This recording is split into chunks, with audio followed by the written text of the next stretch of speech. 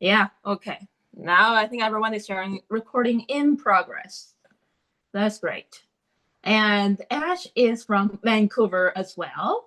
Happy to be here. Yeah, that's great. Nice to see. Yeah, Ash, you're from Vancouver. Okay. We are sketching, something of downtown Vancouver today. Okay. Somewhere around West Hastings. And what is the other street name? Hornby. Yeah, Hornby Street. And West Hastings. There's like a little plaza with like a small garden there in the corner of West Hastings and Hornby, and it's very very beautiful. Yesterday that I passed by, seeing those fresh spring greens stretching out in the middle of the plaza. I think it's a little bit more on the side of the plaza where you can see the street. Okay, so now the meeting is recording. Okay, now let's go over my sketchbook pages that I filled up over the past week before we move on to drafting. It's gonna be like an easier and fun urban sketch today. We're probably gonna finish it in one session today. Yeah. Okay. So now let's look through. Yeah, you're having a pretty busy week, getting ready for the sketching weekend that happened on Granville Island last Saturday and Sunday. Because Saturday I had to teach. I didn't join the first day on Saturday. I was only there on Sunday to join the sketching weekend hosted by Vancouver Urban Sketchers and also some other urban sketcher organizers from all over the world. So it's like a global community. We also had people coming from Seattle area and also Oregon, I think. Yeah. Okay, so that was a really fun weekend. So this is like before the sketching weekend. Done on Thursday. I think last Thursday was like a warm, sunny day on the West Coast. And so I ventured out after teaching our class last Thursday to really try this cherry blossoms smoothie. It's kind of like a milkshake. Yeah, more like a milkshake instead of a smoothie. From Coffee Loft down Metrotown SkyTrain station, along with like a small almond croissant and the countertop view with the lady barista behind everything. And this is actually a cake roll with a very creative design. These spots, kind of like a cow or something. I like to call this like a cow cake roll, and it has a lot of cream in the middle. Yep. And yeah, the cake is very fluffy. It's good. It's from a Chinese supermarket called Sun Given. Yeah, called Sun Given. I think all over Greater Vancouver. And I also sketched the cherry blossoms finally blooming. I think that was done on last Tuesday, April the 1st. Yeah, along with a sunset sky. Next page, capturing these vibrant spring energy. Yeah. So when you're painting watercolors, I think, especially when painting like foliage, landscape, I think it's very important to really loosen up and try not to overwork your stuff with too many layers, especially the sky area. And also these light colored fluffy flowers and those brighter greens. You probably don't want to overwork them with too many mid and dark tones. And yeah, so this is quite similar to what we are going to do today. This was done on Wednesday, right? I think I probably shared that with you last week already. Okay. And next page, this one was done on Friday, the day before the sketching weekend, gathering up with these key organizers of Vancouver Urban Sketcher and also the global Urban Sketcher organization team. I think these two, yeah, they're from the global team. Maria from Berlin, Mike Takubara from somewhere in the United States, from Charlotte. I remember his city is Charlotte. Yeah, and also this lady, I think she's like a local Vancouver sketcher, and also Nishan, he's a key organizer here in the Vancouver chapter. So we're meeting at a really really big restaurant in the middle of Olympic Village, which I think Lorraine probably knows, the craft market, the craft beer market, that big red building in the middle of the Olympic Village Plaza, very close to the two giant birds. And there's a very nice restaurant. So we met there on Friday before the big event, sketching together. So I took 1 hour to draw and paint this super loosely before I had to go. Yeah, and then the weekend was really busy. I did my demonstration on a separate large sheet of paper, not this sketchbook. And Monday and Tuesday, I had to buffer a little bit And my mom had to go back to China for like 2 months vacation. I had to help her with that and doing some more housekeeping stuff over the past weekend. So, but I went out yesterday on Wednesday, yeah, and the weather was actually finally a little bit better. It was not best yesterday in Vancouver. It was very, very cloudy and it was chilly. It was like north wind blowing. So, but anyway, I really love this scenery. So I sat down on a bench for about like an hour and a half to sketch this view on my right hand side, especially the spring foliage. And I think composition in the scenery is actually very important. So I sent you two photos. One photo was like everything else, you know, beyond the foliage and these heritage buildings. I think that's too much. When you're sketching on location, I think we always get like a 360-degree view diorama, right? From top to bottom, left and right, kind of like a spherical view. But when you're on location, you only need to select a very, very small portion of that diorama, right? Yeah, so that's my selection. Yeah, so we're gonna do pretty much the same thing today in today's class, and it will be easier. You really don't have to capture every single detail in front of you, right? Okay. And I love the way that this shrub of flowers is really nice and tall here on the left, okay? So if all the shrubs are about the same height, like over here, I think the composition will be less interesting, right? And I've just love this shrubbery with these beautiful pink flowers on them. And it's kind of like an L shape, kind of a foreground element. And I kind of found this composition based on my intuition. I don't follow any rules like golden rule or like whatever rule of third, that kind of stuff. Based on my intuition, I just feel that this shrubbery standing nice and tall here on the left. Maybe in another situation it would be standing nice and tall on the right. It doesn't matter. Yeah, framing the whole human-made scenery, and with somebody walking in. Yeah, I think that would be really cool to include at least one person to show the proportion. Okay, that these buildings are much more gigantic compared to a person. And okay, flipping to the next page. This one is trying a different pen. So really using like a modern fine liner pen after a long time, drawing with a fountain pen, which is much more fluid, because I think my Sailor's Fury fountain pen was kind of clogged. Yeah. So I think I'm going to take a break using that Sailor's Fury fountain pen, clean it a little bit. It's kind of clogging. Yes, before I head home, I just grab a cup of warm coffee because it was really, really cold outside. I grab a nice warm cup of vanilla latte at the Ville Coffee right outside Waterfront SkyTrain Station Terminal. And I captured these two ladies chatting, abstract paintings on the wall behind them. And this is actually someone else's shoes, not hers. Yeah, just to finish up this little page here. And yeah, so that's my week. And it was super fun. It feels like a very long time has passed since last Thursday. Okay, now I'm gonna put this away. Again, any questions or comments, you can feel free to type in the chat box. If you want to ask a question in person, you can raise your hand, and so we're ready to listen to your question or comment. Okay, so we have a like smaller group in this intermediate class. Yep. Okay, now I'm gonna put this paper right in the middle. And as usual, I'm gonna start with like a pretty quick pencil draft. I'll grab my pencil here from my pouch and one eraser. So the pencil draft for this intermediate class is gonna be done pretty quickly compared to the beginner's class on Saturday.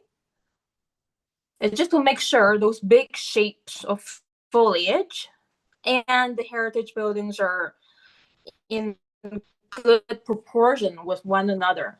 Okay, now so we're gonna open my iPad.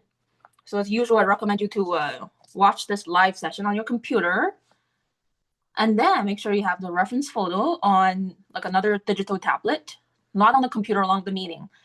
Okay, now click and download. I think I'm gonna download both of these two. This is like everything. Yeah, on my right side. Yesterday, we'll be mostly using this photo with the zoom in view of the beautiful lush green foliage. and these 3 heritage buildings. Okay, so image saved. And I'm gonna click my photo. Okay, so here we go. So really up to you. You could use this photo with everything in it. Maybe you want to include more than I want to include, right? And most of the time, I think I'll be staying with this photo with a much more inviting zoomed-in view with the garden area framing everything. Okay, so this is already framed for you. That's my choice of composition, just for your reference. Again, this is like everything. That's on my right hand side on location. And this plaza, I think it's called TCC Pedestrian Plaza. Okay, just a few steps away from Waterfront SkyTrain Station Terminal. Yeah. Okay, so here we go. I'm gonna flip to this photo, and then I'm gonna put my iPad on my left hand side. Yeah, let's just take a few minutes to draft. And again, you don't have to use the entire sheet of paper. You can feel free to leave some like white areas surrounding your sketch. So that's what I see with a lot of sketchers. They don't paint. They don't draw and paint all the way from the top to bottom, left to right. Especially when they're using a quite big sheet of paper. Okay, you can leave some white space for writing down some notes, or just for this busy sketch to have, some room to free flow. You could also draw like a frame if you want to. Okay, with your ink pen. So I'm gonna draw actually a little bit smaller than this actual sheet of A4 size paper. And I don't think I need to draw a frame. Probably not. Okay, gonna be size a little bit smaller. So it feels like kind of nice window view. Yeah. This could be a window view, from a cafe, maybe. And there's a lot of room around for the sketch to have a room to breathe. And then, yeah, this is the composition. It's kind of like an L-shaped cluster of foreground element. So now I'm ready to have the tallest shrubbery over here, taking over about, I would say, 30%. Okay, 30%. So this is 30, another 30, or 1/3. Yeah, 1/3, 2/3, like the whole. Okay. I think it's this way of composition is kind of related to the rule of third. Number 3, or like 1/3, 2/3, is there are actually very nice ratios when you're composing any kind of scenery. I wanted this one to be taking about 1/3 horizontally. Yeah. And then we do have like other fluffy greens on the bottom.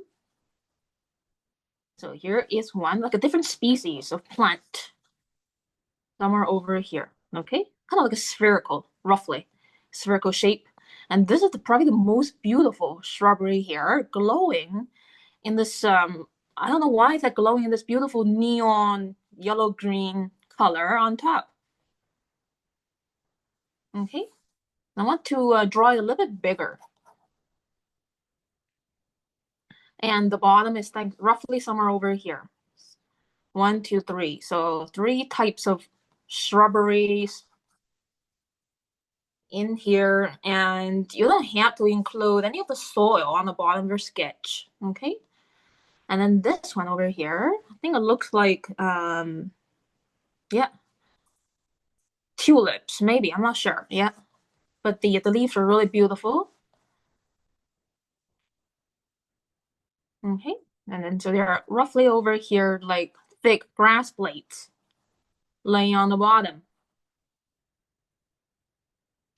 And one of the things I love about this scenery is there's many types of foliage collaging together. Yeah, we're gonna have some more grass blades all the way pretty much touching the bottom right corner.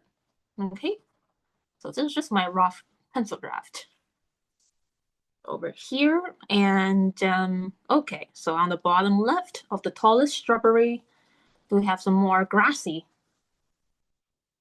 bushes somewhere over here, and then the soil. Yeah, before this is the little trunk of our tallest shrubbery, digging into the soil, something like that, right? So that's our plan. Based on this rough pencil draft, we're gonna be much looser getting. We don't really have like a very stiff contour outline for each of these bush. Nope, not really. But this is just like a rough form, okay? Yeah. This is the soil area. So not label it. Okay. Just a bit of room and a very different color for the foliage to breathe on the lower left corner. Okay. I kind of see like this L form for the foreground. Yeah, this is the foreground area, and we do have one more little shrubbery over here. Again, most shrubberies in the world, they are in the shapes of spheres, okay? And also probably like cubes or like rectangular prisms when they are trimmed to a very neat shape of a box. Yeah, we have another shrubbery right over here. I'm gonna leave this space over here for like a person or two passing by. And if you look at the height of those two ladies walking by, I think they're very much as tall as these shrubberies. Okay. I have this lady over here. So I always get people in around the middle of my sketching process or close to the end of the sketching process. So I know how to align their head and shoes with the other elements. Yeah, in the urban landscape. Not the first thing I draw. Nope. Okay. And she's wearing like a pretty thick winter jacket because it was a very chilly day yesterday. It felt like spring was coming last week, but then this week was much, much more chilly. And she's walking by, but her winter jacket is very long. Yeah, feel free to draw the jacket nice and long, and with just a little bit of the legs showing on the bottom. And the walking gesture is pretty easy to figure out. Yeah, these two are probably like the calves. And her shoes this one is like tipping up a little bit like this. This one is like down flat on the ground. Okay, so when people are walking, one of these shoes are always flat on the ground and the other shoe is tipped up. Okay, either to the left or to the right depending on the direction they're walking. Okay, but these two shoes, they can't tip up both, right? Okay, so this one is laying flat here on the right. This one is tipping upwards towards the left. And you could include the other lady who's blonde, very nice long hair. They're about the same height. She's over here. Also a pretty long jacket. Shoes we can't really see, but you can make it up. And you can also include the brim of the garden bed. Yeah, right over here with a bit of soil showing.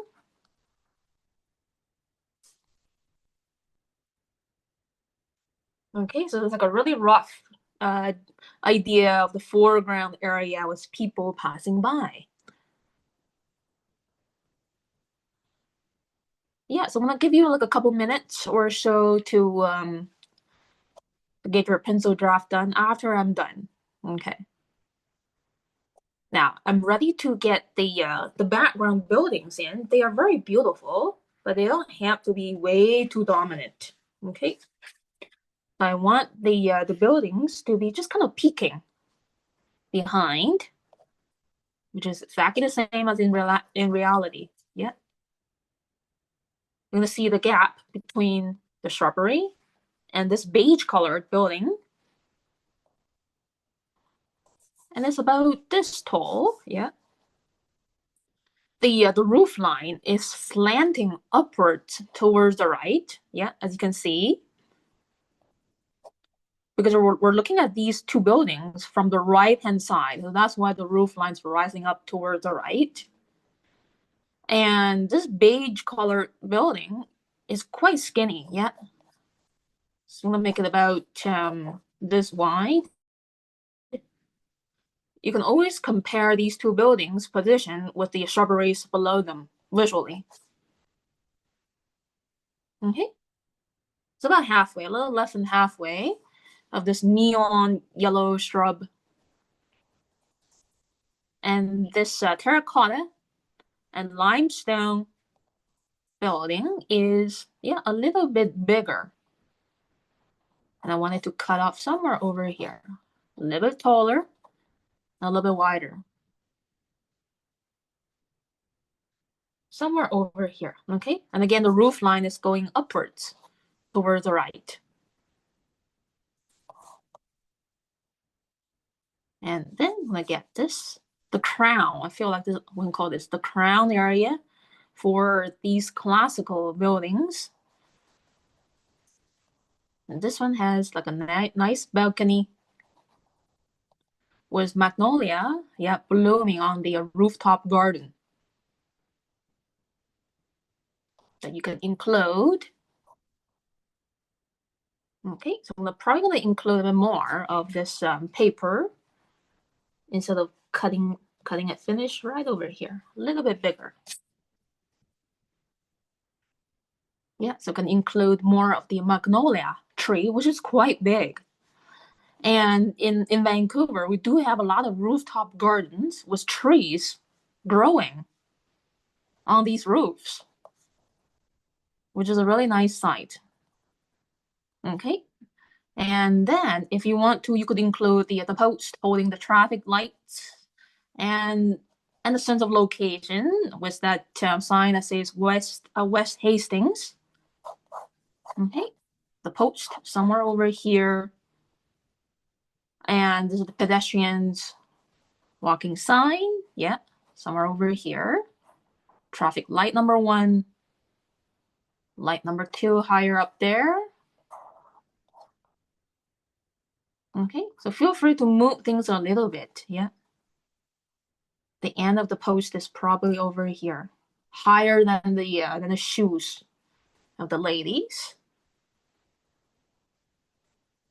Okay, or maybe cover up by the shrubbery over here. Yeah. And I also want to include this limestone building. These lines they continue to go up, rise up towards the right. This is the banner area that says Francis Franco, Canada. Yeah, the words, and then these windows.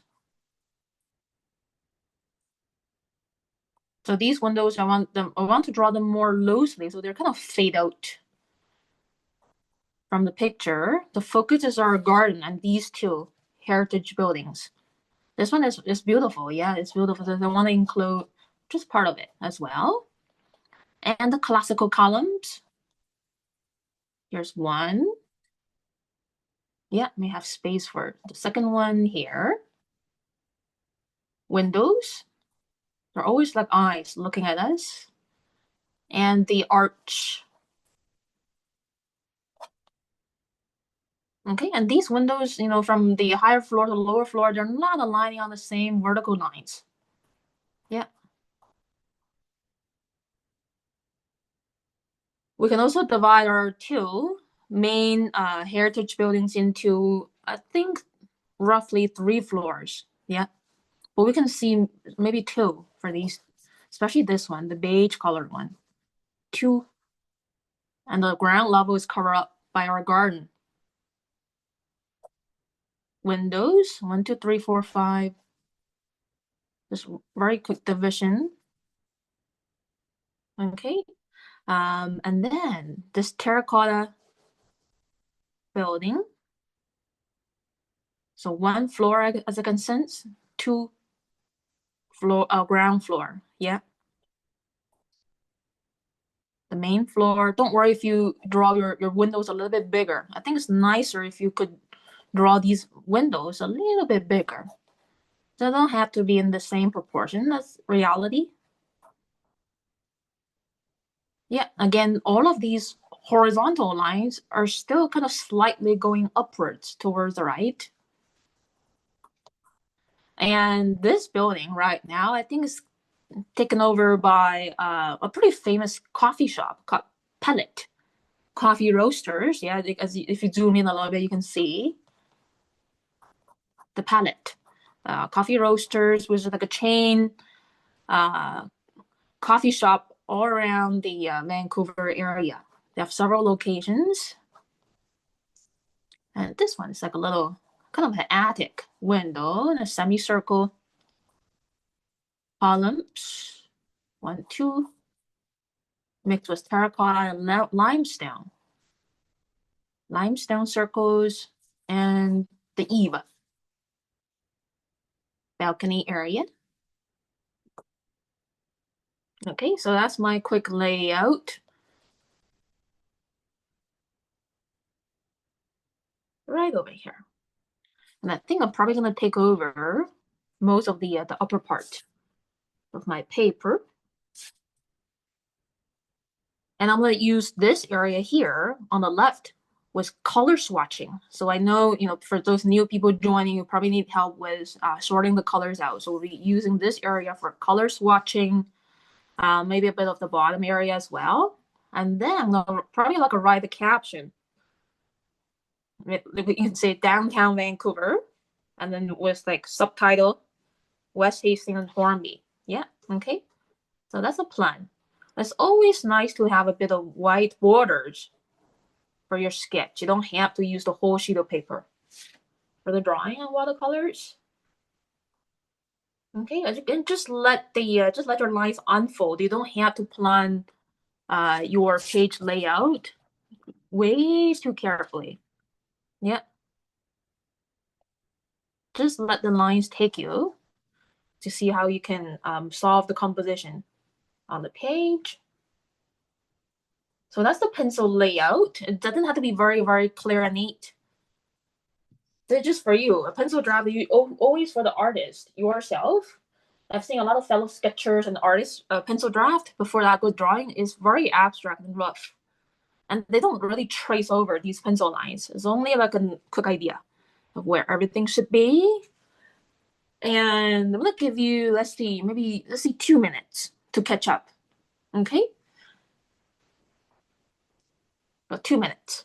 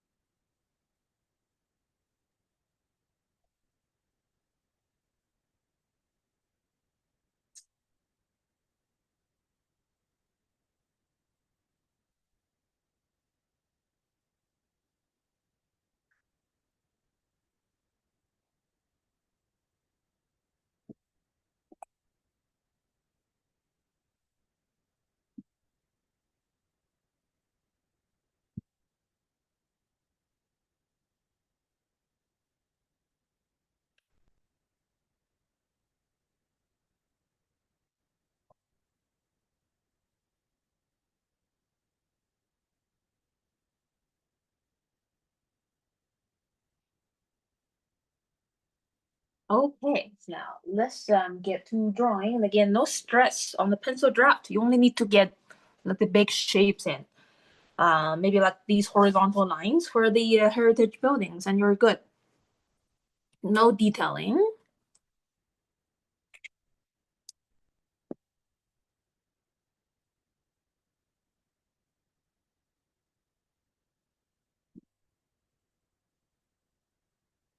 Okay, so I'm gonna use my Confucius Field Day fountain pen for the drawing because the sailors Field Day is taking a break now. Yeah. Then you probably need to clean your fountain pen regularly every depending on the model. I haven't cleaned that sailor's fountain pen for almost 2 years, and now it's kind of clogged. So probably like every 3 months to 6 months, depending on the model. Even if you're using like waterproof, especially when you're using, I would say, especially when you're using waterproof ink, there's a higher chance of clogging compared to not compared to water-based ink. Okay, yeah. Okay, so now I'm ready to get the tallest strawberry in with the beautiful flowers on them. Yeah, on it. I'm also gonna erase a little bit. The ratio over here. Yep.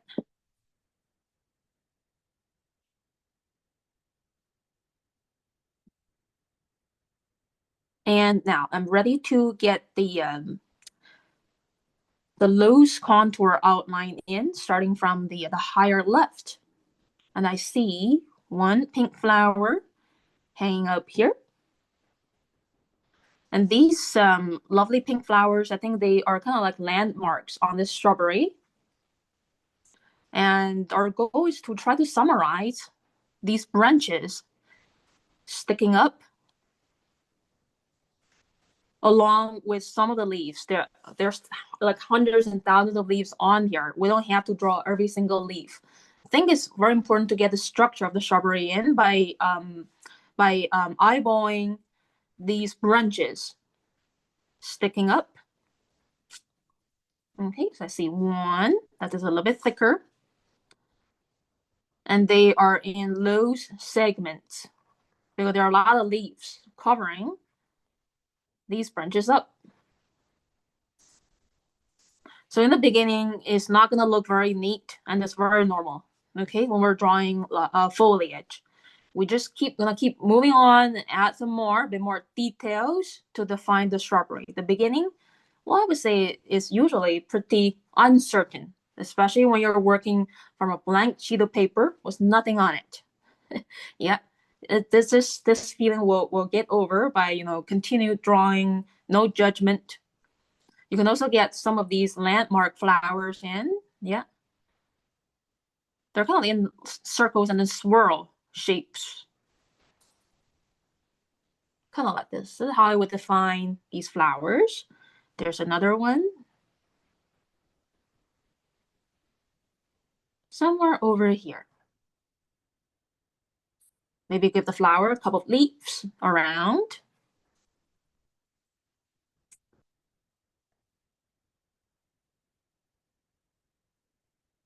And then I'm going to add some more leaves along with the branches. Kind of like skewers holding up these leaves.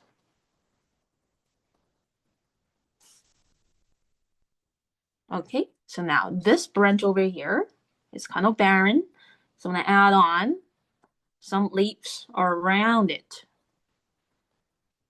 So you can summarize these leaves. They are exactly the same shape, but laying at different angles. That's why you see different shapes visually right now from the photo.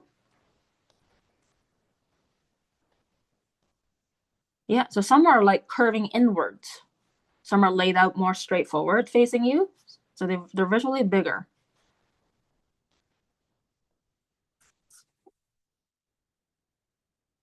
Okay, so I would say get some of these branches done and then put some leaves on both sides of each branch so they look more reasonable. Just summarize it. I'm not trying to copy. And I'm gonna get some more of these branches. Think about the direction of these branches spread out from the cluster. I don't see any absolute vertical lines. They could be slanting to the left or slanting to the right. I don't see any vertical lines of branches. Okay, so here we go. So this one is the highest, almost the highest part, and I'm gonna have one more flower inserted. And your drawing speed could be pretty rapid because the slower you draw, the more static these shapes would look like. And the point is not to be perfect. The faster you draw, the more energy you're injecting into these foliage forms. Same for everything else. Okay, at the same time, you can insert some more segments of branches. And no judging. Yeah. A lot of people are also slowing down because they're slowing down to judge their drawing. Just keep filling the details. Think about the direction of these branches and put some leaves on each side of a branch that you already drew. And it doesn't have to be the same as the photo. There's some hidden flowers, yeah. And there's no stiff contour outline for all of these shrubberies. Okay, so pretty loose. And the watercolor painting is gonna make your drawing look even better. So they're gonna be united. The drawing and painting are gonna be united. So once your drawing is done, it may not look that neat. But once the watercolors are on there, they're gonna work together like magic. Okay?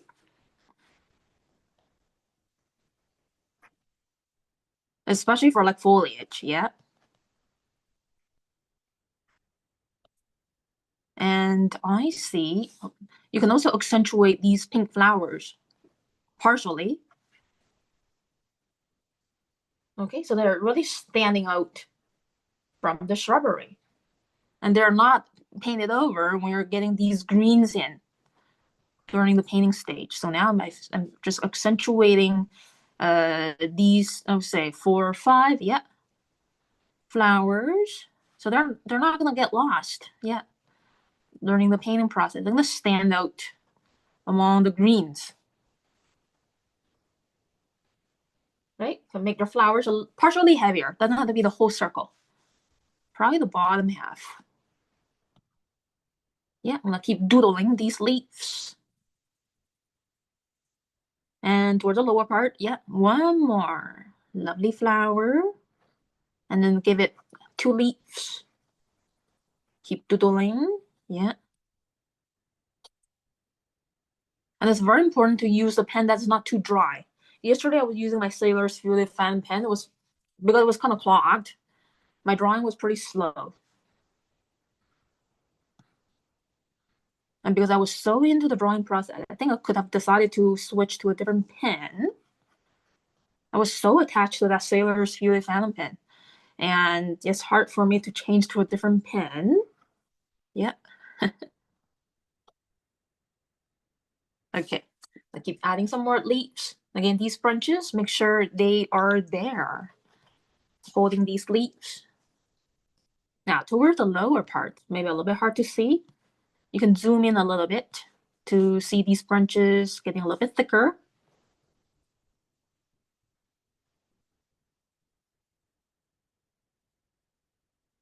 Yeah, and just keep summarizing.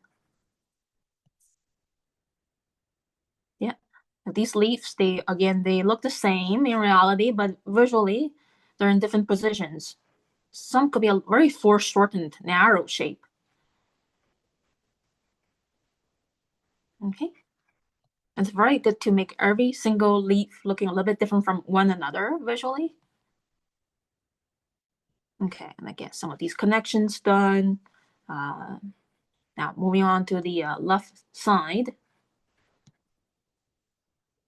I think a lot of these leaves are looking very narrow, yeah, here on the left.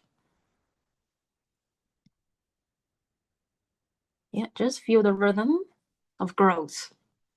In the spring, I can feel a lot of energy in these foliage. And these are like laying down, yeah. I'm also going to use some like vertical hatching lines. As you can see, the bottom half of this shrubbery is very shaded. There was lots of like almost black silhouettes. So for me, like yesterday, I used some like vertical hatching lines to suggest those unknown shapes in a blurry way. You don't have to be clear with everything that you draw. Okay, so kind of like a classical drawing technique done by like Beatrice Potter. I love her, her drawing technique of using hatching, cross hatching lines. The creator of Peter Rabbit. Yeah. And this sketch could be inspired by Peter Rabbit, done by Beatrice Potter. And yeah, and she was from the UK, very famous worldwide. Okay, feel free to add these loose vertical, I would say, hatching or shading lines. And they don't have to be very long. Yeah. And now over here, I'm reaching to the next shrubbery on the bottom of this one. You can also accentuate some of these branches a little bit heavier. Some of the leaves a little bit heavier, okay? Doesn't have to be exactly the same line weight. We're using a fountain pen, and I think it's easier to get more variety of line weight with hand pressure, yeah?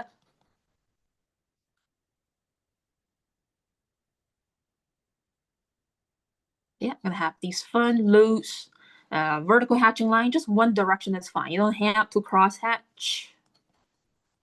And then I think reaching the bottom of this beautiful shrubbery, yeah. And it's very small, the trunk holding all of these flowers and leaves.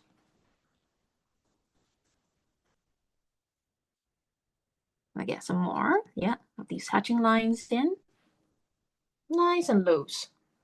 Again, no definite outline for these green canopies. You can also hatch a little bit more towards the higher part. Like in maybe smaller, shorter strokes. Okay, so we're showing there are more leaves on the other side or inside the hollows of the canopy without really drawing the actual shapes. Yeah, giving illusion. Drawing, painting is all about giving illusions.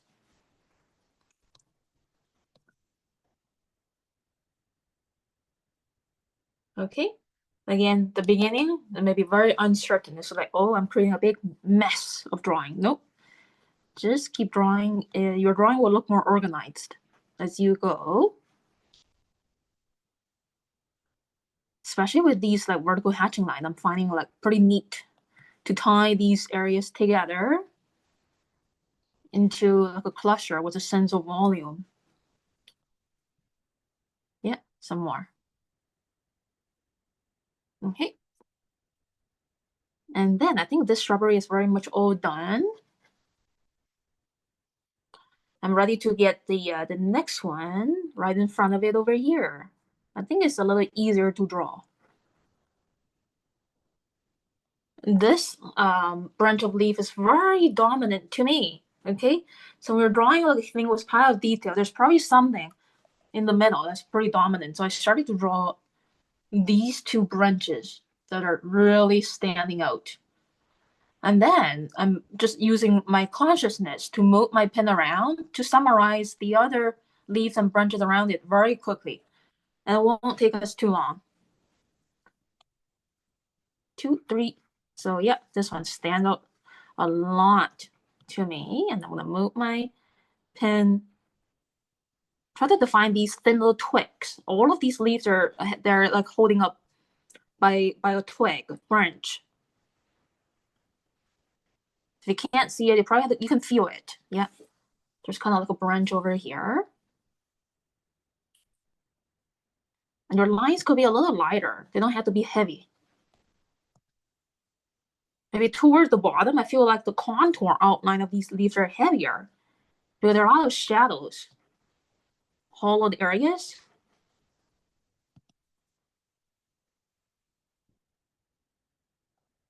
Yeah, I think the leaf form is like this, dangling. And again, you can continue to use these vertical hatching lines to suggest hollowed areas or leaves inside on the other side. You don't have to draw.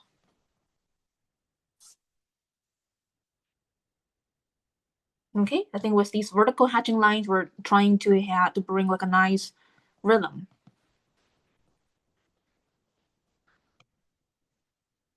Okay, I'm gonna have a bit more doodly lines.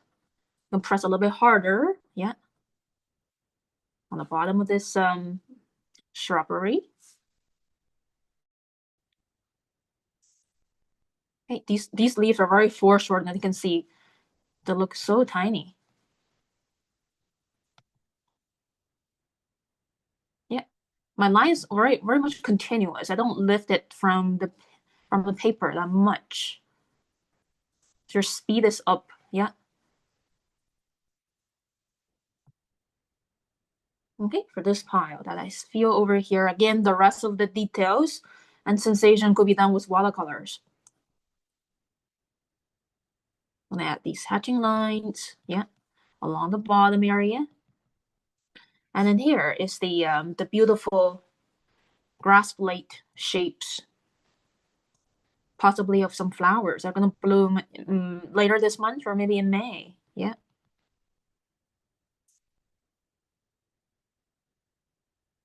Yeah, some more hatching lines.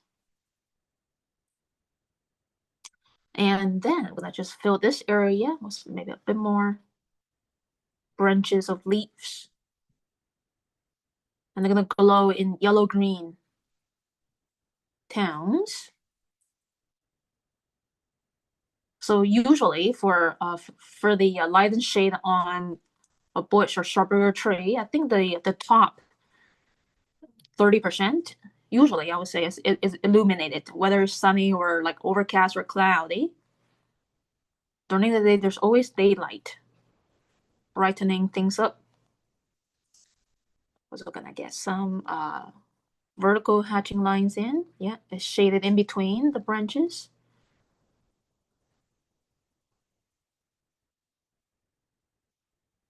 Okay, so now I'm gonna suggest some other grass blade forms around. There's some flower petals on the soil. Now let's suggest the end of the trunk attached to the soil with some loose lines to suggest the bit of pebbles, maybe flower petals on the soil. Yeah, I think we're almost there. The other, I think 3 foliage, I think would be easier compared to these 2 to define. Now we can move on to defining this grass blade pile. Again, I think the direction of growth is very easy to see. Kind of like this, going upwards and bending down a little bit. There's some blades behind or in between the ones that you already drew. Okay, so you can add on. Yeah, so some are coming down. Yeah, here in the front. Again, you're trying to summarize. I'm not trying to copy because copy makes you very tired. Yeah, and nobody's gonna check, how accurate you laid out these leaves and grass blades. The point is to capture the energy of these forms, not to be accurate. Okay, and again, some of these, I think I want to use very dark sepia to shade the bottom of these blades.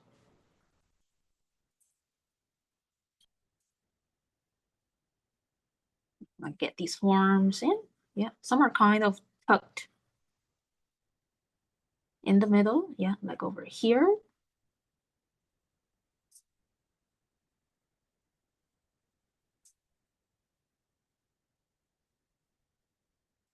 I'm also going to suggest some soil texture.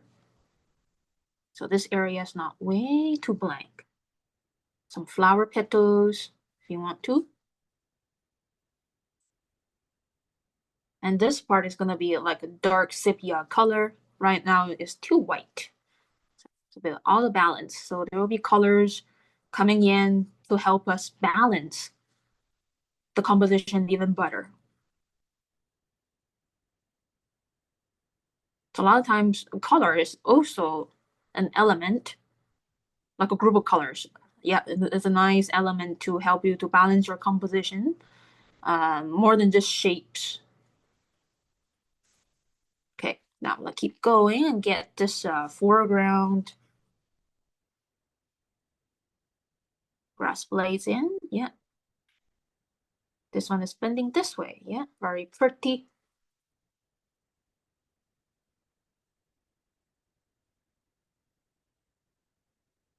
Again, watercolor is gonna make this the sketch look even better.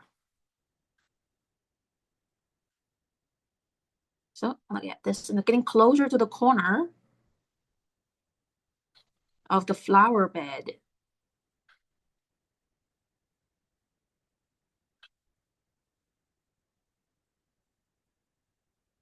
Okay, I'm gonna drag these down a little bit more. You can also switch to the other reference photo where you can see the bottom of these blades. Yeah, they're kind of like this, almost mostly draping down. Nice and gentle. Tips touching the soil. Yeah, again, you can keep adding some more vertical hatching lines to suggest the shade and shadow underneath these blades.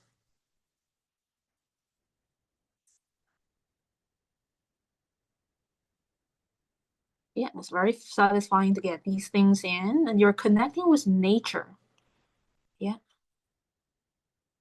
The drawing is a great way to connect with nature. When you're just passing by these gardens, you may not be actually seeing. Yeah. We're trying to trace these shapes out. You're trying to capture the rhythm of spring. You can feel how these leaves and flowers are sprouting, growing taller and taller. Okay, I'm gonna get some more of these black grass blades draping down. Then move around. Okay. Don't forget these vertical hatching lines. I think it adds a lot of density and volume. And to hide your mistakes, yeah. I remember like some sketcher, fellow sketchers, they like using hatching lines sometimes to hide their mistakes. Okay, now here we go. Yeah, that's this pile of different kind of rhythm of spring happiness. Rise up and enjoy the new season. Okay, so that's very much it. We have two more shrubberies to draw. This part, it takes the most patience, yeah, of this drawing process. That's what I experienced yesterday. Okay, how about we buffer for like about 30 seconds before move on to drawing the last two, which is feel like is easier. Yeah, I'll be right back.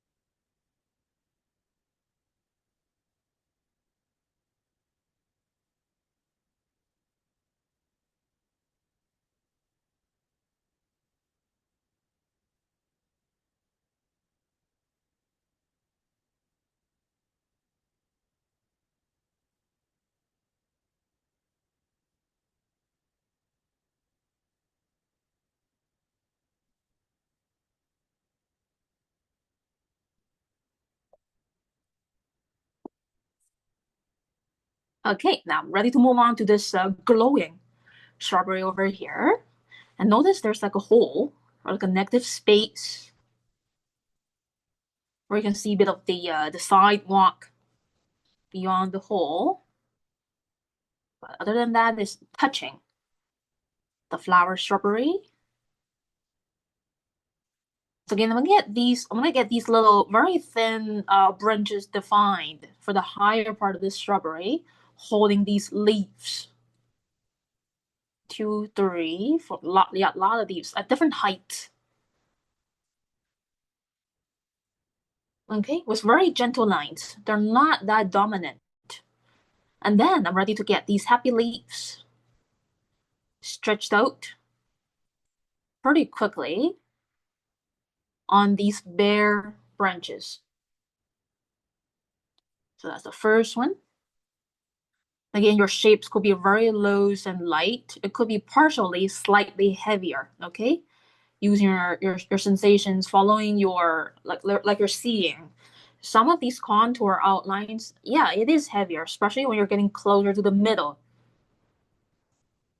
to that hollowed area, the leaves that think the outlines look heavier. The higher part, pretty light, yeah.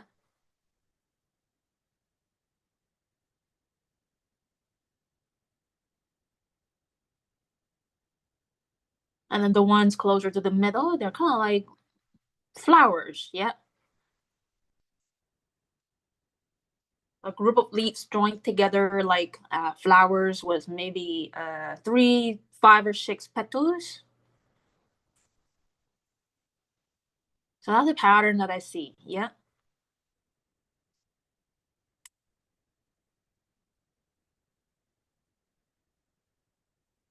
Yeah, same for here. Just relax. Just let the lines be. This one is standing out.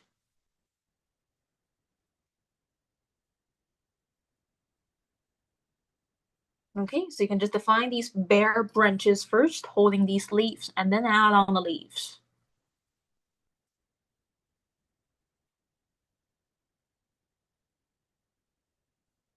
This one, wow, very much kind of like almost like a little lotus flower, really pops.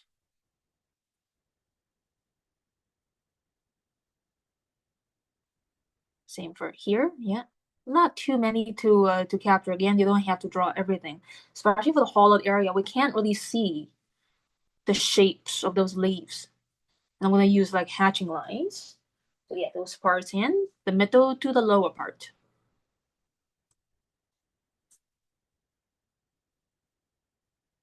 I can also see some like thicker branches. If you zoom in a little bit, yeah, those thicker branches. Again, none of these are vertical lines. They're all like spreading out. Okay. And this part, again, I'm gonna just use the trick of using hatching lines to suggest the piles of leaves, the hundreds of numbers that you don't have to draw. And it makes this strawberry look busier, right? Illusion of volume. Okay, yeah. There's something you can get over very quickly. That this huge hollowed area. And I'm going to use very intense green. Probably more than one kind of shade of green. Brownish green, bluish green, blue, brown, green mixed together. Yeah. For these very shaded areas.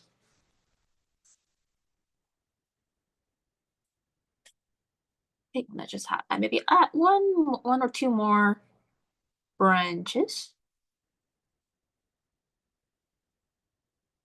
You can have more details of leaves on the maybe higher 30 to 40% of the strawberry.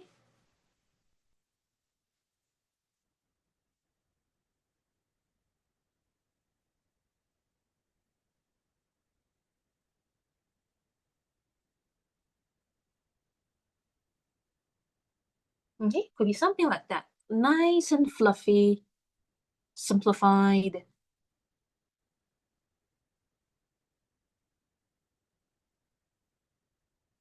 Okay, last one there is very spherical and more organized compared to the other ones.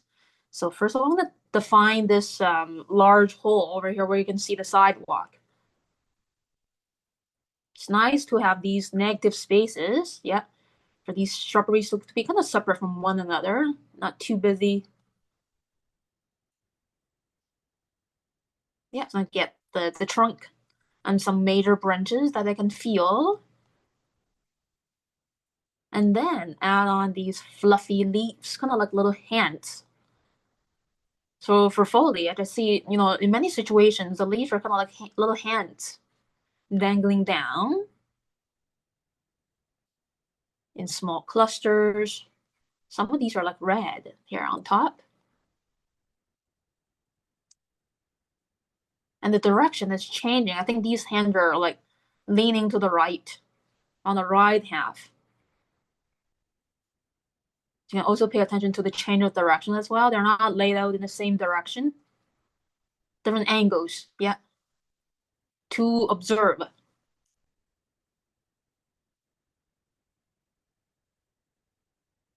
Okay, so I think I would just make this the definition of this shrubbery in drawing detail like this. And then some more hatching lines for the bottom 50% ish.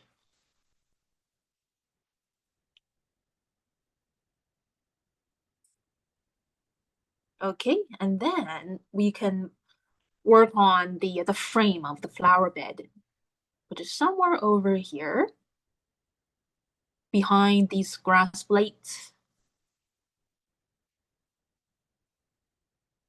And this one is like over here. It's like zigzag.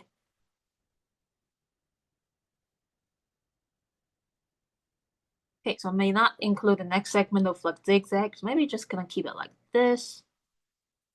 And the concrete frame.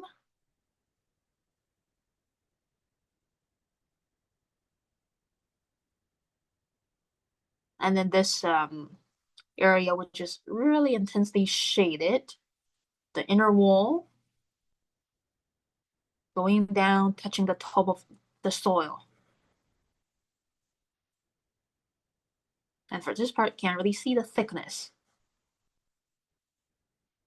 Just here, facing you. Okay, so there's like the end, or like a frame holding these foliage together, that they're not just floating. Yeah, now they're just much more stable. Now I want to add the thickness outside, yeah, the flower bit. And again, I can't see this more, this continuous segment of zigzag. I'm gonna keep it like this. Nice and simple.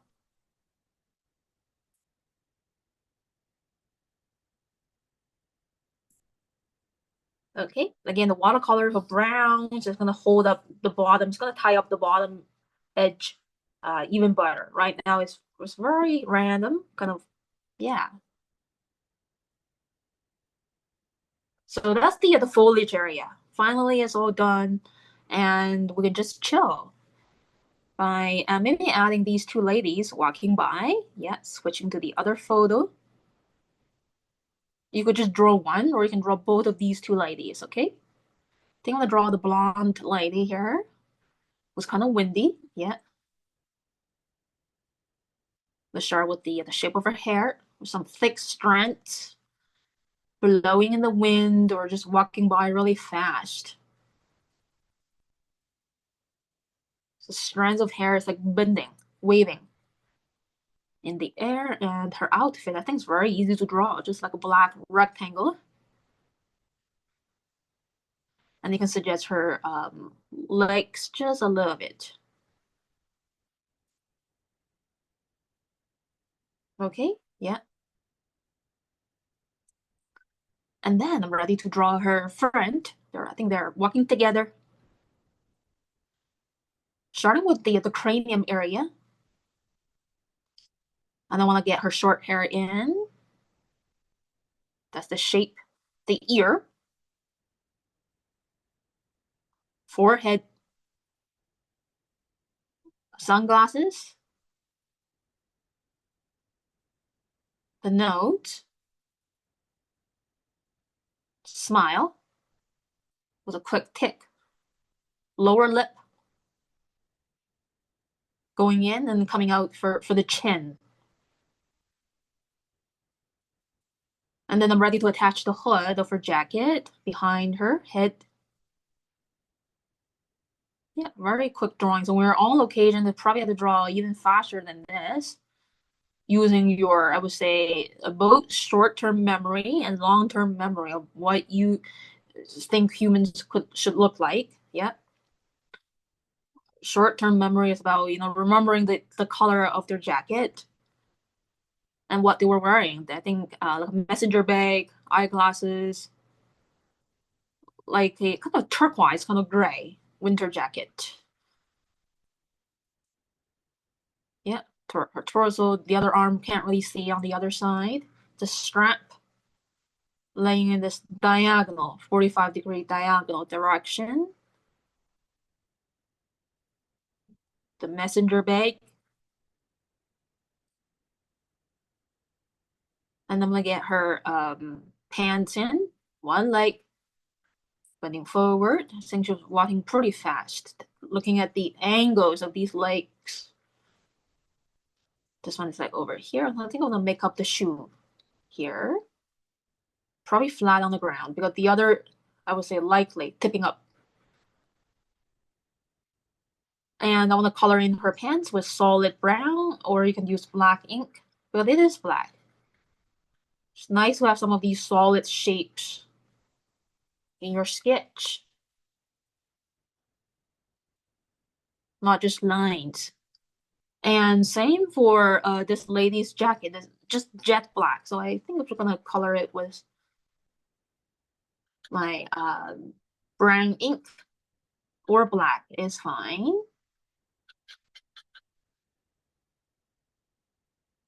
Just to balance all of those busy lines of the foliage.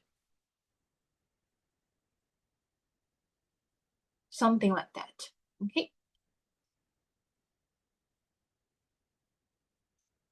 And I'm gonna add these latitude lines on the winter jacket. That's like stitching lines to show that the body is a large cylinder. Yeah, all of these are curving a little bit, not way too flat.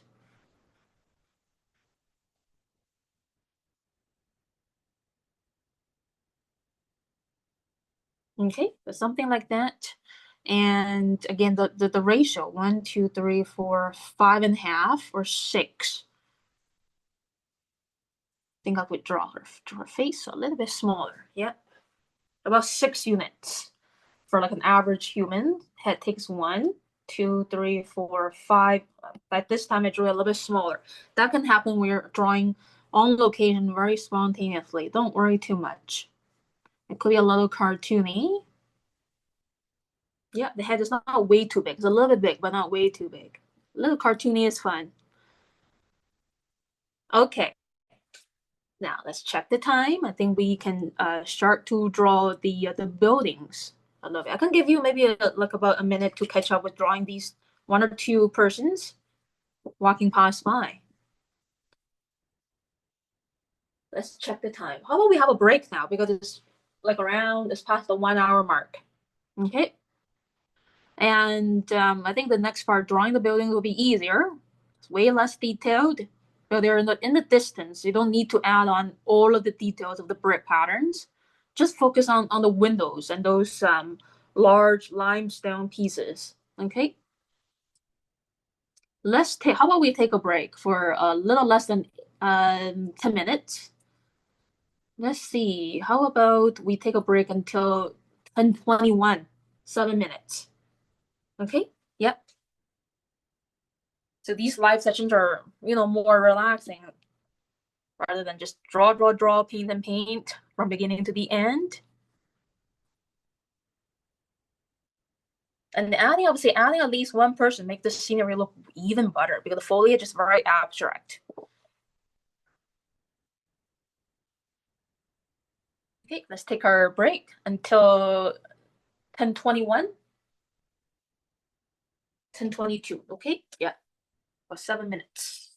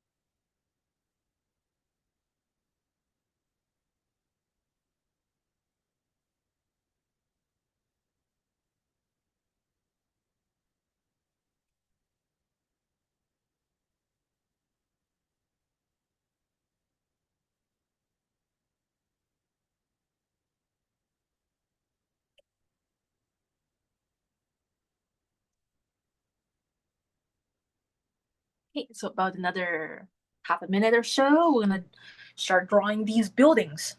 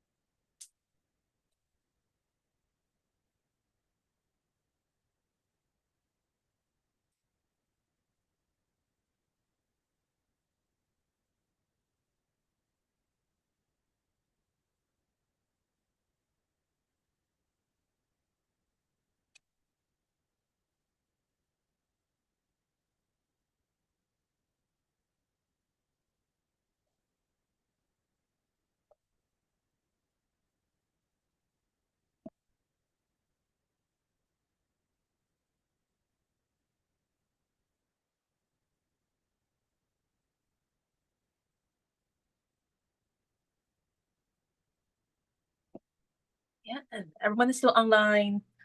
Again, as usual, thank you so much for joining these live sessions. Yeah, now it's 10:23. Okay, let's get started. We'll probably just finish the drawing today. Yeah, so everyone is organized and ready for the painting with some break, between the drawing and painting process, which is like a 7-day break for you to finish up your details. Again, it doesn't have to be way too detailed. A lot of details are just illusions of very quick lines. For example, these like vertical hatching lines. Okay, now let's get ready to draw these buildings and lamp posts, traffic light post. I see a lamp post there in the on the other side of the street. We can add on that maybe later after we get that beige colored building done. Okay, so now I think ready to start drawing the left vertical line of the beige colored building.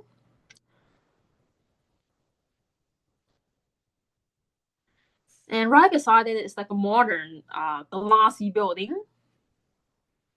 Right, this is the line of our actual beige color building.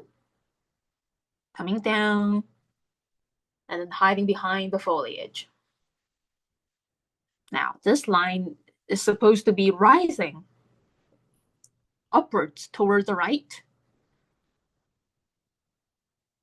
And then it takes a break to rise up for like a crown area. Okay, it's kind of like a crown area. And I know we have these swirls here landing on the shoulder. You can just simplify it into like a simple like snail kind of shape like that. Okay, like two snail shells, kind of like that. And same for here. Even on location, you can't see that clear area from this side of the street. If you zoom in too much on the photo, then you're probably like using a binocular, which we don't do as sketchers.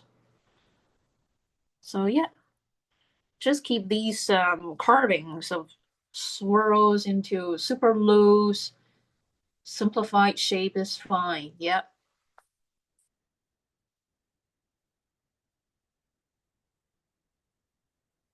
And then same for the at the very top of the crown was like a line of maybe let's say leafy or floral pattern there. To me, it feels like something like this. I see leaves.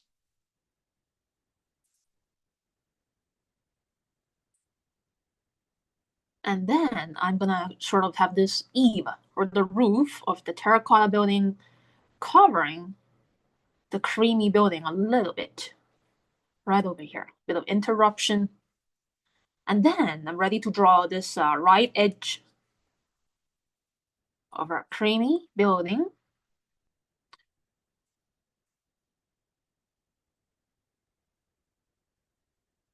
Okay, all of the vertical lines for buildings, no matter what angle you're looking at them, it's always like perpendicular.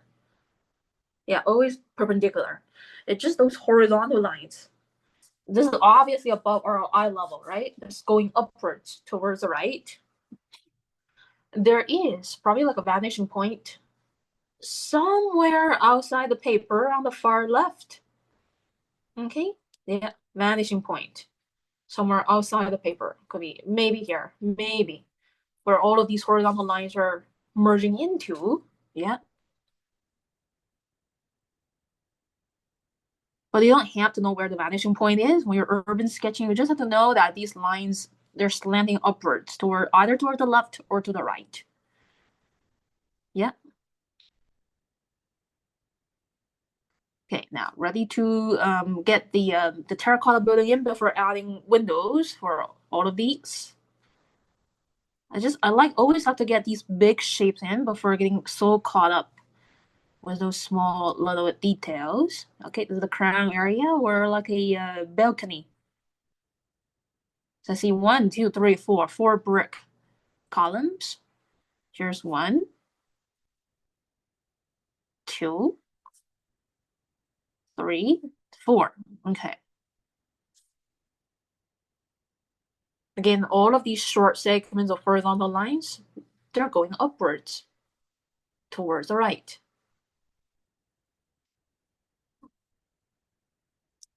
And then I'm ready to tuck all of these small posts in between these brick columns. I'm gonna simplify them into like these shapes with heads and bottoms. Yeah, no stress. Just get over it very quickly. Okay, and limestone top. Okay, so how I would quickly define this area.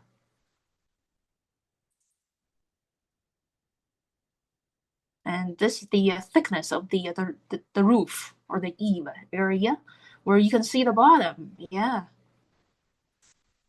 with these bars laying sideways, floating. Yeah, and this suggests a sense of thickness because they are rectangular prisms glued to the eave. Or just keep them simple as rectangles. It's okay. Don't have to be that specific. And then over here, we do have the interruption of this roof or the small bit of eave from this classical limestone building coming in. And then you can finish your right edge of the terracotta building of the coffee shop. And upstairs, I think it could be someone's studio. Yeah. So a lot of these buildings in Vancouver, downtown Vancouver, downtown Victoria, it could be like a private studio of a famous artist or designer or just like an apartment of somebody. Yeah.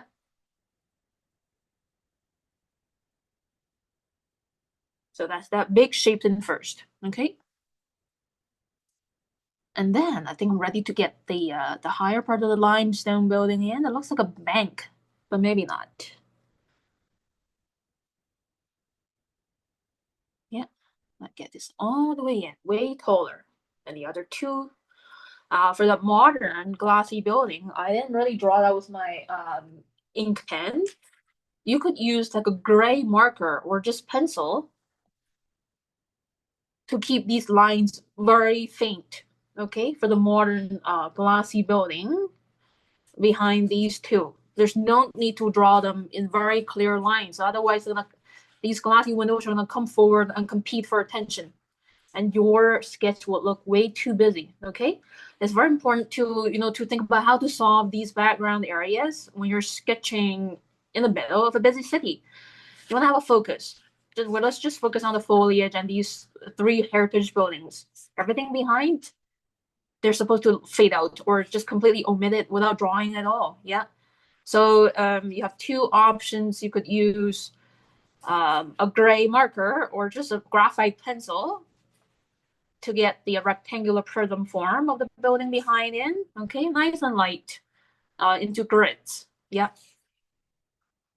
No need for ink pen. Yeah. This is how you can solve this kind of issue.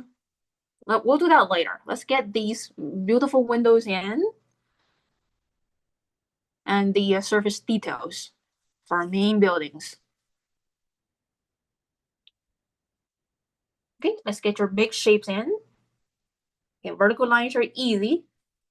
You probably want to make sure these vertical lines are parallel to the edge of your paper, so it's not leaning down.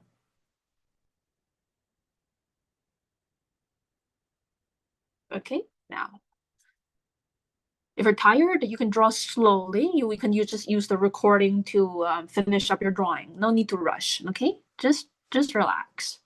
Now, I want to have this, the lamp post, right? And we can't really see the head, but I kind of know what it looks like. The head probably looks like this, and then the gooseneck coming down. And you can color it with like solid black or solid brown ink. Again, it's very nice to have some of these small shapes colored it with solid brown or black ink.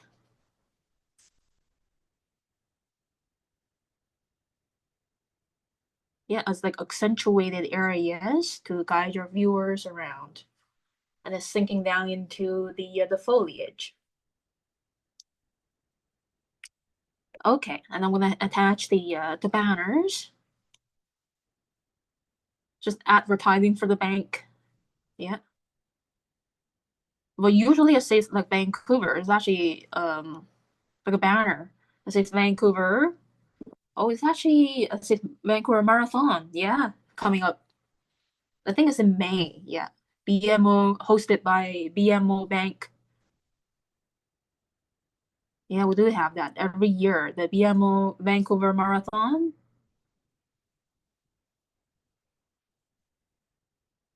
Okay, which is a good event, fundraising.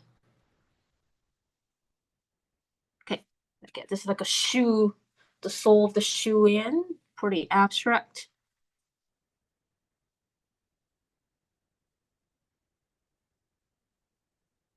And this is my first time sitting down here at this quiet little plaza in the middle of downtown Vancouver. So it's kind of like being a tourist in the hometown.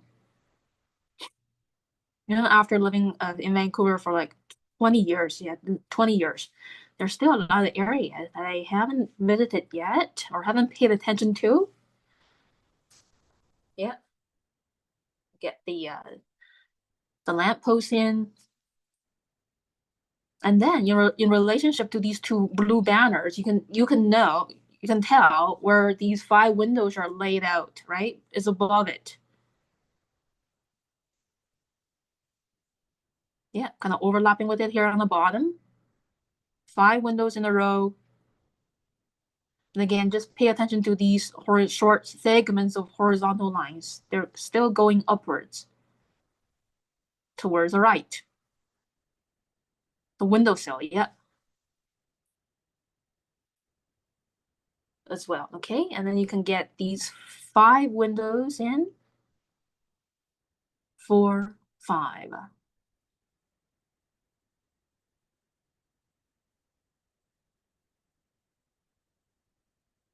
Okay, and then I love drawing windows because it's really add on a lot of spirit to the buildings.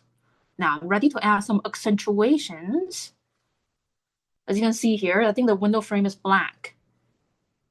Yeah, you can make our lines way thicker. This middle bar, yeah, it's still going a little bit upwards towards the right.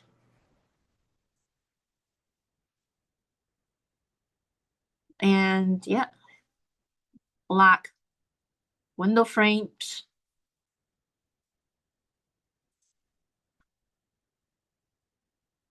You can do it more loosely, okay? So there could be like small gaps between these lines and shapes, okay?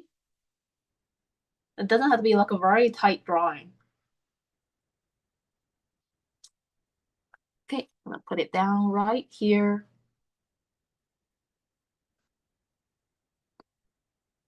And then there's like a white blind or curtain before the black hollow, the area of the interior space that we don't know what's in there. Again, it's nice to shape these window panels with solid black or brown ink.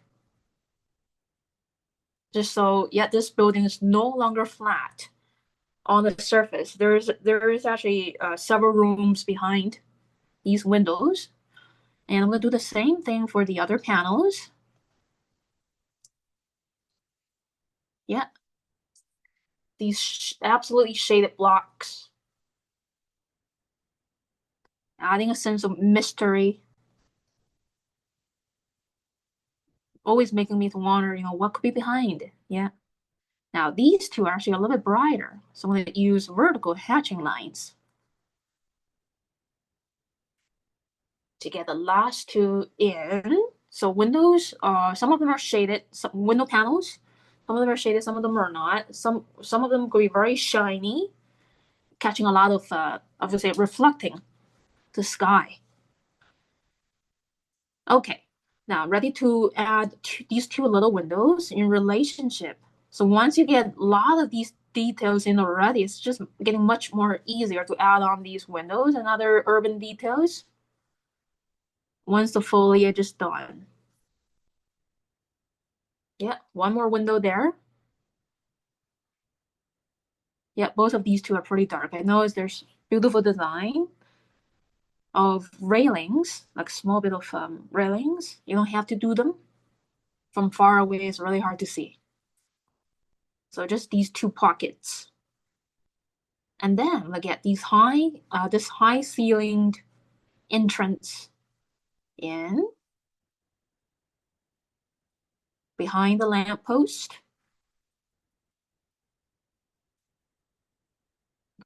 This line, these two lines are still rising a little bit upwards towards the right, but not as sharply at the roof line. Okay, so these horizontal lines, when they're getting closer to your eye level, which is, I would say our eye level could be the same eye level as these two ladies. These rising lines, they could look a little bit more flatter as they go close to your eye level. Okay, so here I think the window frame line could be very much straight horizontal, no slanting, somewhere over here. Okay, it's very sharp for the highest part of the building. The taller the building is, the sharper or the more steep the horizontal line is going to rise up. So that's the idea of like perspective in all situations. Okay, so I get these window frames in and these intersecting lines. This part I would say is shaded, so I use vertical hatching lines to shade it in, and at the same time pushing these leaves forward even better, right? With this dark shade. So there's a better front-back relationship now with this, quickly shaded area. The leaves are coming forward. There are a lot of little tricks that you can do to make your sketch look better.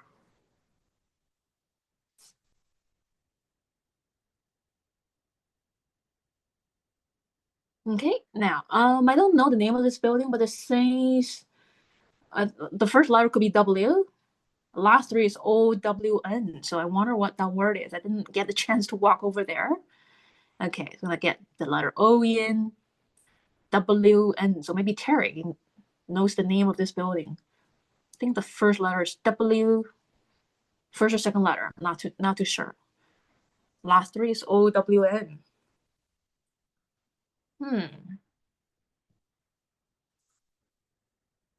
And then I'm not too sure about these words. It could be like an art gallery or something, a little art gallery.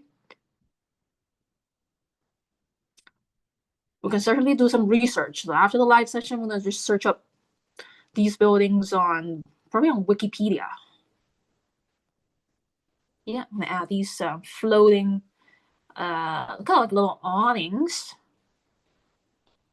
popping out, swirls.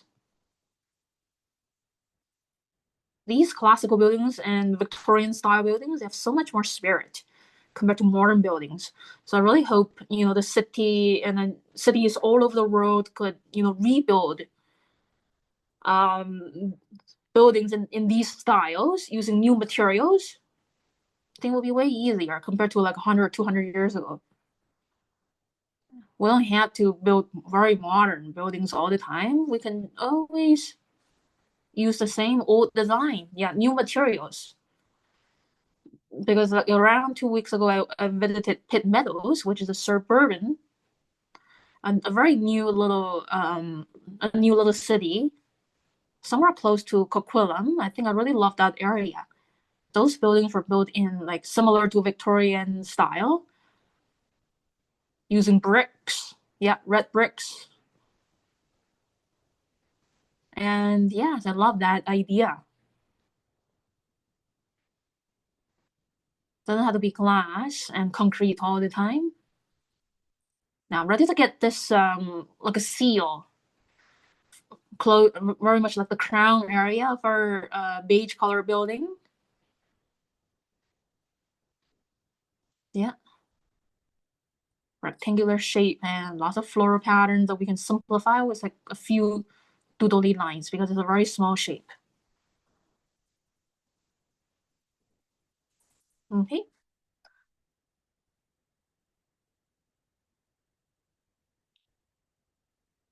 All right. I think this is very much it for this beige colored building, which could be an art gallery. Yeah. I'll do a bit of research. You can do the same thing as well. By searching about the buildings on West Hastings and Hornby. I think there's probably a lot of stories about these buildings, and I'm going to share more with you next class when we're painting this. Yeah. Okay, now moving on to this loveliest building of the scenery. I'm ready to get the column in first. You have the two columns floating. There's like a small bit of gap, and then the column with the banner, and then we'll finish the column.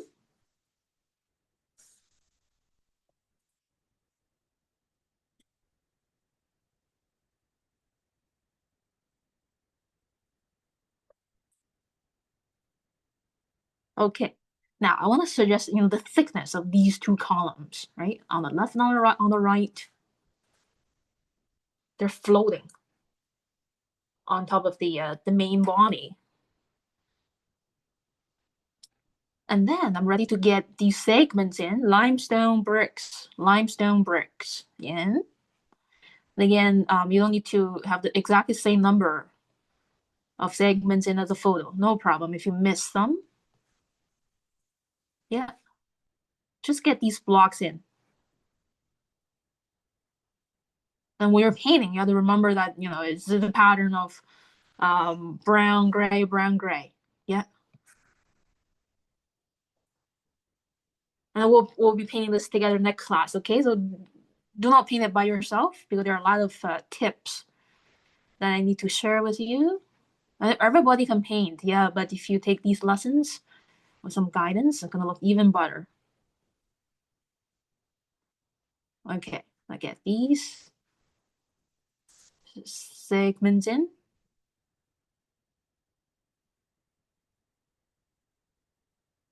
Okay, and these are bending inwards. These blocks are like rectangular prisms with two sides. The right side is very thin, floating.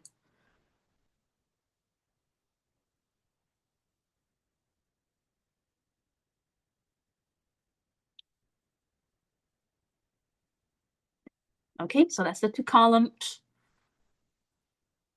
Now I'm ready to get these limestone areas defined. So first of all, I'm gonna get some more limestone stripes below the eave, which is a few light lines. Again, the last line here on the bottom could be a little bit heavier than those carved lines. So think about line weight when you're drawing anything. including foliage and also these buildings, if your lines are always the same line weight, yeah, there's a lack of life, I would say. Yeah, there could be a lack of life in that drawing. Now, ready to get this floating shape in the middle of the semicircle, limestone frame. The outline of this ring, like half ring, could be heavier. The carved lines could be lighter. Yeah.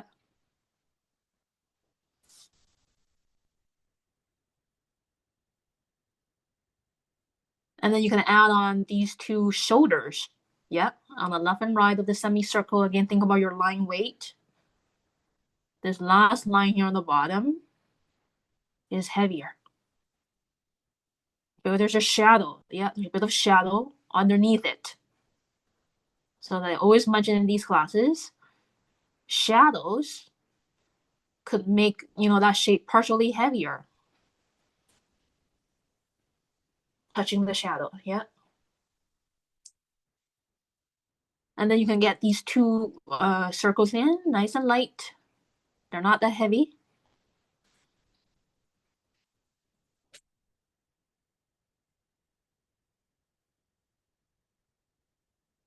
And then we can get maybe the floors divided. See this, the very left and the right. The balcony is coming forward a little bit. So it's like a separate segment. And here we're showing like the thickness of the balcony, and it's connecting with a flat stripe on the right. So it's kind of like a box shape coming out from the surface for the balcony. And then I really want to add on the black balcony railing, which is also a box shape. So we can see two sides. Kind of like this, yeah. And then vertical lines. In the middle is like a circle, kind of geometrical shape.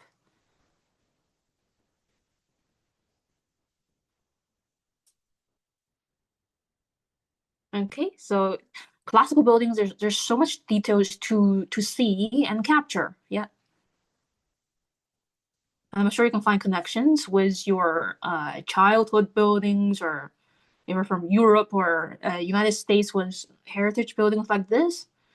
I remember seeing buildings like this in New York, especially this one. Yeah, the window design.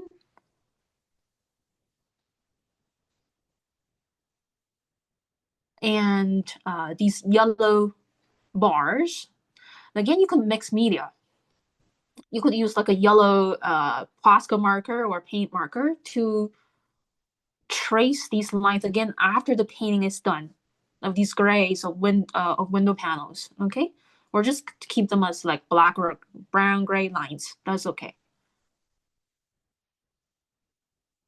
Yeah, I get this balcony windows into two larger panels, and then the grid 2x4. This one is 3x4. 2, 3, 4. Okay, using much lighter lines. And it's very satisfying to add on, yeah, more and more details. You're also sensationally connecting with history. We're getting these in. But it was not easy for those workers in the past to build these buildings without modern tools, especially crayons. I don't think there were any crayons when those workers were building those skyscrapers in New York City. I remember seeing like a photo on Facebook that a lot of those workers, they have to climb, or I don't know, but there were no like special elevators back then. They have to climb all the way up to keep building that skyscraper, and they were like sitting on the edge of that building under construction. It was very, very dangerous without any protective tools like ropes or elevators. Well, no, I don't think so. Yeah. It was a very, very risky job to build skyscrapers back then, over 100 years ago. Even these buildings as well. Yeah. Okay, so I get these panels in here on the right, the grid pattern.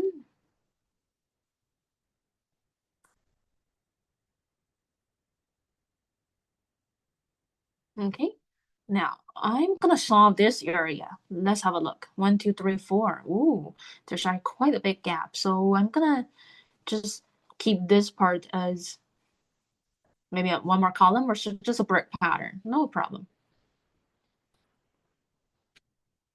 Yeah. Again, I would say this is like a small mistake, but most people can't really tell. You just finish the shape. Close the gap over there. Yeah. Most people can't tell. Yeah, I do make a lot of these small mistakes when I'm sketching on location, especially when I don't start a pencil draft. But the overall picture, the spirit is there. Yeah. There's no need to stress on those minor details. Your goal is always to capture the essence, not the absolute accuracy of every single area. Now, ready to attach the sign of the coffee shop.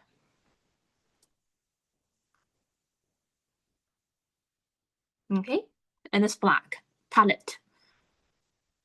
PALLET.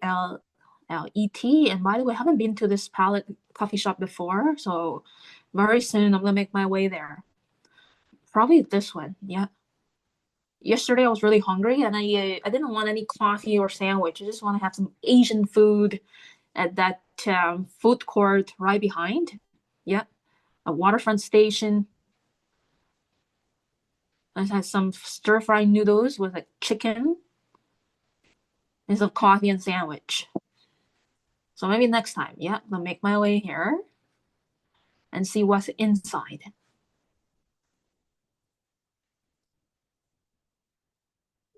Okay, so I see three sections for the ground level. Here on the left is probably the entrance.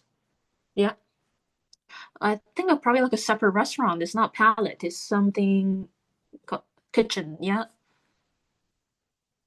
Interesting. Again, I'm gonna write it down anyway. It doesn't spell the same way for the sign over here. So it's PALATE and the palette over here PALLET. Wow, interesting. I don't think it's the same business, like a separate restaurant sharing the same building. Okay, now I get these two more areas defined. Lovely window frames in yellow. The grid. 1, 2, 3. Okay.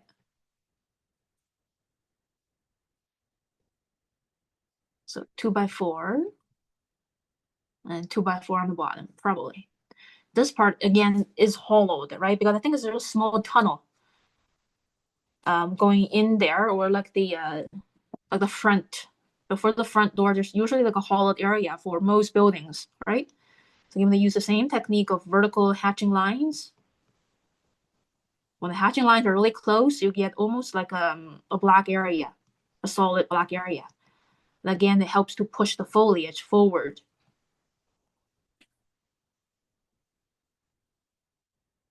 So over here and over here, yeah, those powerful areas.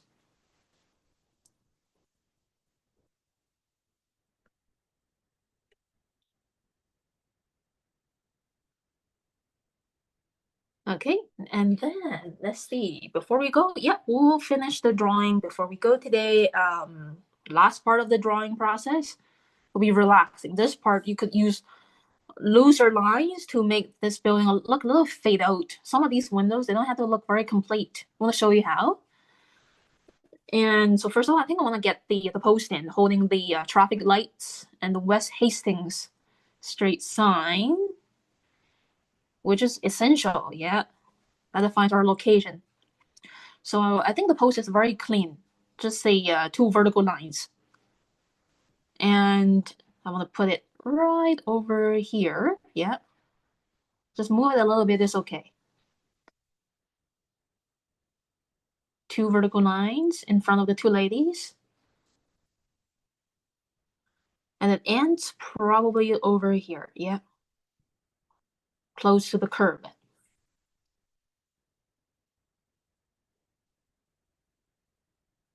Okay, so now I think we're ready to attach these signs, the pedestrians walkway, and is aligning with this window over here. Now it's getting easier to find alignments. Yeah, pedestrians walkway. And then on its right, on the higher place, is the West Hastings straight sign. One of the key streets in downtown Vancouver. West Hastings. So after Main Street, if you drive to the left or to the east area of Vancouver, West Hastings is going to change to East Hastings. It's a very, very long street. Hastings Street 800. Okay. You could also use like a white paint marker to do these letters if you want to. For most of the time on location, I don't mix media. Just keep it like black letters or brown letters is fine. Rings. Yeah. Metallic rings holding these things up.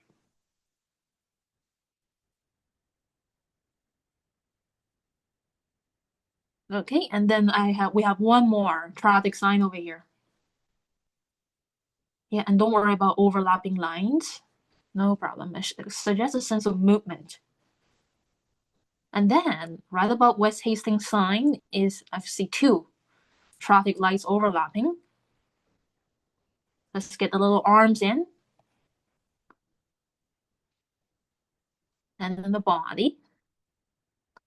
2, 3. Yeah, three lights. So 1, 2, 3. So three boxes. This one is red. Red is on. The other ones are not on. The yellow, the green, they're off. Okay, then we have another sign right behind it. So it's two overlapping together for both sides of traffic to see. And then we can add on these rings holding these signs. For here, well, we can't really, oh, one more. Yeah, if you have space, yeah, you can include one more. Traffic light, 2, 3. Quick doodles. And I think that's very much all the signs on this post. And then we can just relax and add on the windows, the columns, and the arches for this classical building, which is probably like a commercial building. Yeah. Okay, so in relationship to the post, the first arch could be over here. And the top of the arch is aligning with this horizontal line of the window frame, right? Roughly. Well, you don't have to be very accurate. About this tall, yeah. Column with a beautiful crown. And then the second arch could be a little bit bigger because it's closer to you. Yeah, wider. A little bit bigger.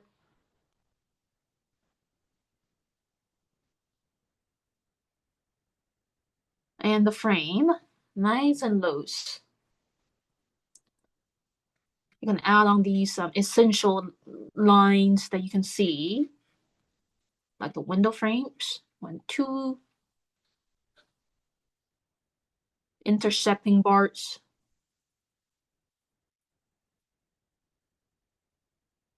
You can check on the other photo if you want to finish the bottom of that classical building. And we can't really see, but there's a white car in the way. That is okay. You can add on that white car if you want to. The wheel, yeah. Traffic is really rapid going on in downtown. So it's probably like this. Okay. The lights here in the front. Something like this, right? To give you a sense of human quality with, cars and people. Not just buildings. When I'm doing urban sketching, since my very first year doing urban sketching, I always like to include people and cars. Because it is a human world with buildings. So without without humans and cars and other stuff, buildings are meaningless. Okay, let's shade in some of these window panels with solid brown ink. Again, these dark patches of shapes are very important. Holding your sketch nice and tight. Add on power as well. Yeah, not just loose lines. Same for here. There's probably like a parking lot. Indoor parking area. And then for the design of the crown, you probably can't see super duper clear. Yeah, from the other side of the street compared to the photo. We'll get these swirls quickly summarized.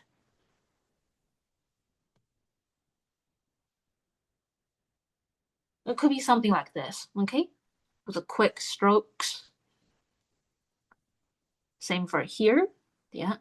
Now, people in the past, they have a lot of nice, thoughtful ideas designing these buildings, adding these carvings that are not functional, but it's functional in a spiritual way for people to see and appreciate the beauty. Doesn't have to be like a functional, like an elevator. Yeah. I see, people they're doing less and less like these, in today's world. We don't have to be just doing functional stuff, but we do have to create these things that are good for our souls. To get it all in. Yeah, take it all in, absorb the beauty, make life feel better. Yeah. Okay. So now let's see. Now in relationship to the post, I think 1, 2, 3, we have this bar right on top of the crowns of the columns. Yeah, we're almost there with today's session. And so after my drawing, I'm going to invite you to share your drawing. Doesn't have to be finished. Take your time before next Thursday before we get painting. 2 more windows. And I'm gonna do that PowerPoint slideshow containing like just seven pieces of classwork from the past week or two before we say goodbye. Okay, these carvings, so kind of like castle lines. You can add on these carved words, fonts here. That's easier to research on this building if you type in these words.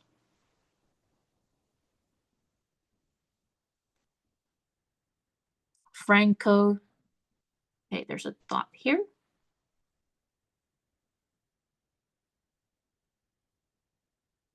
Okay, castle lines all the way to the left. And then I get these actual horizontal lines rising up towards the right in different hand pressures.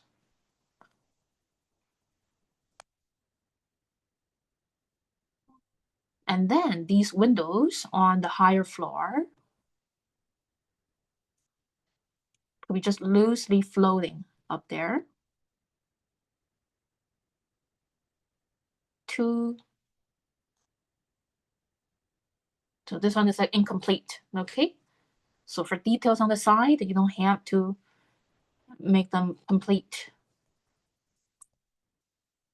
And then add on these quick strokes. Let's see, curtains. I think upstairs it could be also like a hotel or like an apartment.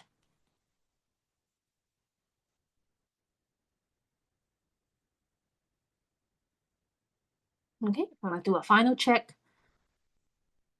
I also want to add some hatching lines for these window panels that are pretty big and kind of blank accentuation.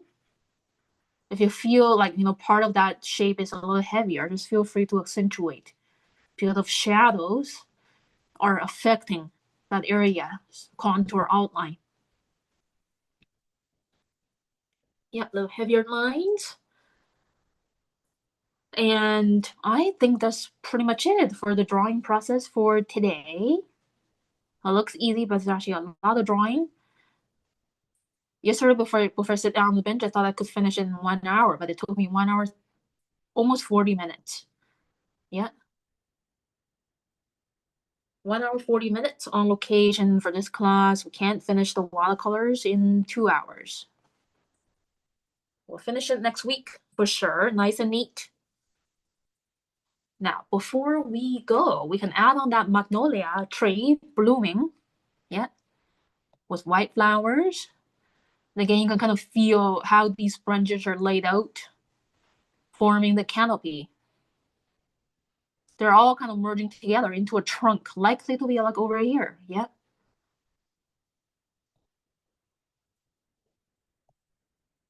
Yeah, just kind of get these lines and based on your sensation, not visually copy what's there. Yeah, I think they're growing like this. And then, since these are magnolia flowers, you probably want to suggest the shape of these flowers bigger than they seem in the photo. In the photo, they're just like random specks. If you want to show them that these are like magnolia flowers, you can use your memory of what these flowers look like. Yeah. Instead of just random specks. They're kind of like yellowish white, not perfect paper white. Yeah, it was a little tint of yellow. Again, some of these flowers could be a little bit smaller. Yeah, they're on the other side, in the middle, or on the other side. Something like that, right? Something nice to have. They're on top, echoing with our garden here in the front. Yeah, and this it will make this our sketch look really magical. With this rooftop tree right up there.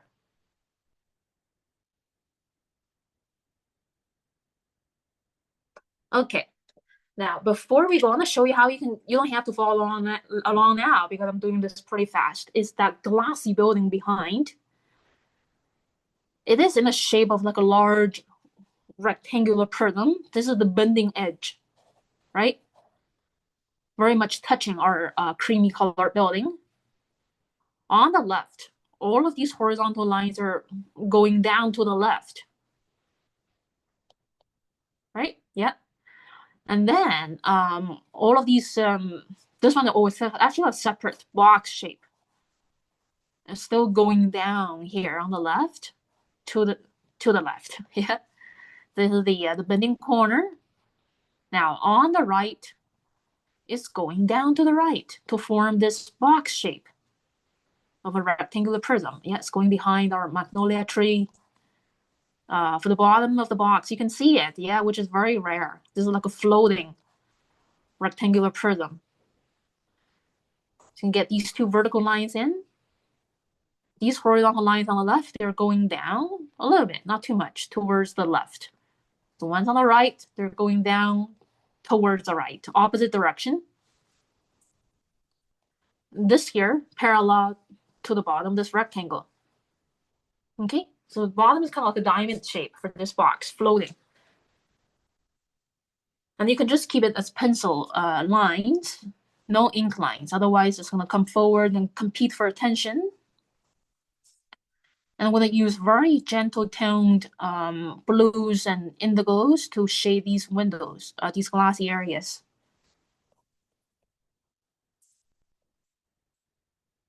Okay, this is like an approach that I see some of the sketchers are doing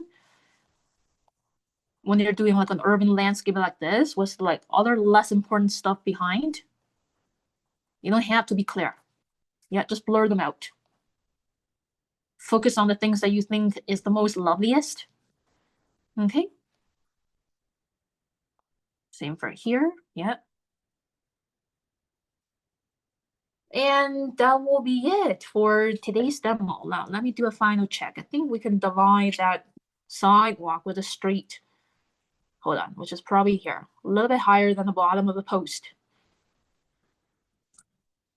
Okay, and then, yeah, this part doesn't have to be too clear.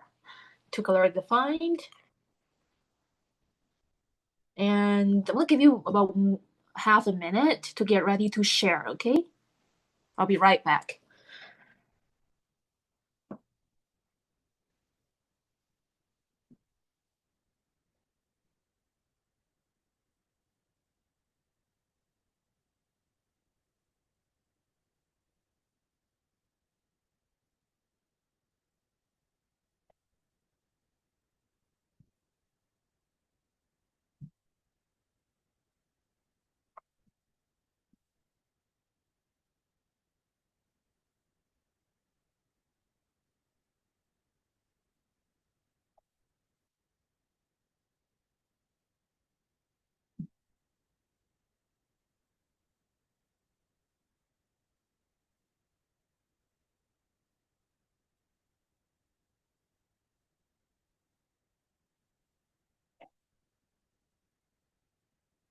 Okay, I'm gonna switch to a gallery view.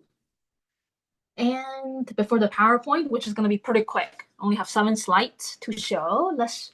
I'm really curious about your drawing. Let's have a look. Yeah, everyone is still online, and we can start maybe with Terry. Yeah, like a very special. Wow, look at that! I love how you drew the foliage there in the front. You know, the framing is very powerful. These foliage framing those buildings, right? We're just drawing buildings. It's not as interesting as something like this. Thank you for sharing, Terry. Beautiful. I love your solid blocks on those windows as well, and those dome those arches areas. Thank you for sharing, Terry. It's a very beautiful drawing. All of these are looking great as just line drawings, and of course, the colors next time you're gonna make them turn all of a sudden all alive. Yeah. Let's look at cherries. Well done. Wow, I love that. Thank you for sharing, Cherry. Beautiful. And all of your foliage drawings are very successful. Yeah, full of life, sense of organic. Yeah. Let's look at Lorraine's. Good. I love your format. Yeah, I love how you're using your square sketchbook. Is that right? A square sketchbook. Crossing the spine areas. I really recommend everyone to use a sketchbook. I'm using like a flat paper to demo. So when I'm painting, the paper's gonna stay flat. So you can see the colors way better. And I'm gonna look at Mickey's and also Trina's in a moment. Okay, let's look at Mickey. Wow, look at those details for the foliage and those accentuated areas of intense black on those foliage and the buildings. Very good balance of line weight and shade. Now I'm gonna look at Trina's. And wow, look at that, super detailed. That this is something that's really worth some time to draw. Good, well done, Trina. Everyone's doing a great job with balancing line weight and shade. Great. Same for Audrey. Wow, well done, beautiful. I can't wait to see everyone's work to finish next time, next Thursday. Okay. All right. So if you need to go right now, that's okay. I'm gonna play the PowerPoint right now for just maybe 5 minutes or so before we go. And I'm going to turn back to speaker view. I'm going to start sharing. I'm going to open the PowerPoint first, by the way. Yeah. April 10 slideshow. And I'm going to click share screen, PowerPoint, share. Okay. I'm going to click on play from start. I think it's really nice to appreciate one another's work rather than just mine. In higher quality on these PowerPoint slideshows. Okay. First one is done by Cherry. This is our last week's project. I think you really capture that late afternoon atmosphere really, really well with that underpainting of yellow ochre, which is essential. Yeah. I see a lot of watercolor painters. A lot of time they don't really do it like an underpainting, but for me, it's very nice to bring out that warm atmosphere to do like that, very diluted yellow underpainting. I think is playing a really quiet power in this sketch, and I love how Cherry is like rendering those maple trees in, I see yellow, very diluted yellow, orange, red, and also a bit of green splashing there on top. That's a good technique. Yeah. So other than using like very soft patches of, brush marks fading out, you could use these sharper splashes or maybe like a little stippling of greens on top. I think that's something nice to add on. Yeah, very, very nice. And same for the cherry bottoms. I like that the way that you kind of work with like these small stipples or almost like spattering or splashing, like small bits of purple, pink purples for these trees canopies. Yeah, they look much more detailed and natural, other than those manually made brush marks. Yeah.